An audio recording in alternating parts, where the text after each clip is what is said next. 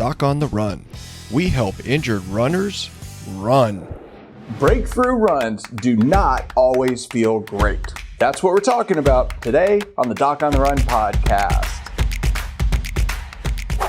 Now, breakthrough runs don't always feel great, but of course, when we think about training and we think about exercising and running and putting in all these progression runs, we always perceive that when we have that breakthrough run, it's going to feel great.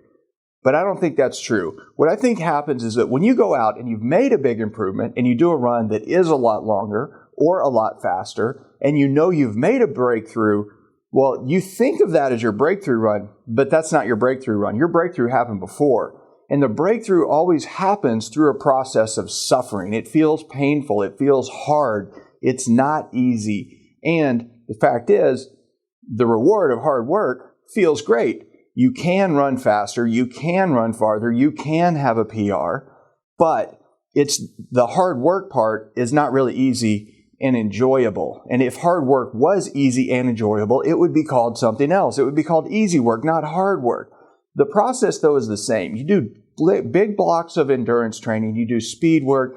You do strength training. And your coach will tell you over and over, you have to have patience and you have to wait for those adaptations to actually happen before you can move to the next level in your training. So you can't just ramp up just because you want to. You have to build the ability to ramp up, and you have to become stronger, and there are ways to supplement that. So when you're injured, it is the same process. It's just demoralizing because you're starting from such a low level, particularly if you had the unfortunate experience of being locked up in a fracture walking boot for 6 to 8 weeks. If you've been sitting still and you've really lost your fitness and you start ramping up, well, the process is the same. And the process of overtraining injury recovery is the same as training and getting stronger.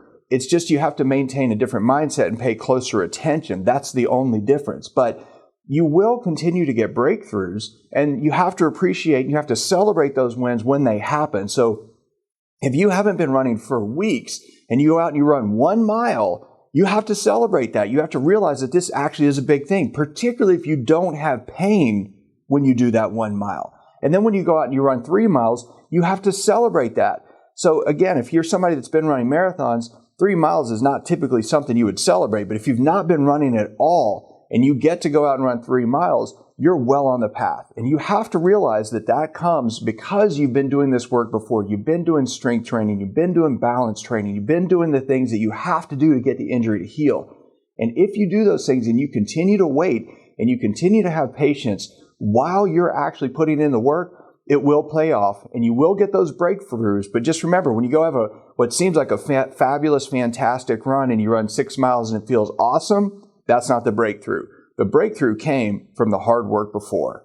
Now, if you enjoyed this episode, please like it, share it, comment, send it to somebody who needs it. And if you haven't seen it yet, join me in the 12 steps presentation where I go through a deep dive of all the things I would show you how to do basically with the process that I use if I was sitting in your living room or if we were on a 1 hour webcam call. I'll show you the way that I would help you work through the injury and figure out whether you can run right now. You can get it for free at docontherun.com/12 steps, and I'll see you in the training. Doc on the Run. We help injured runners run.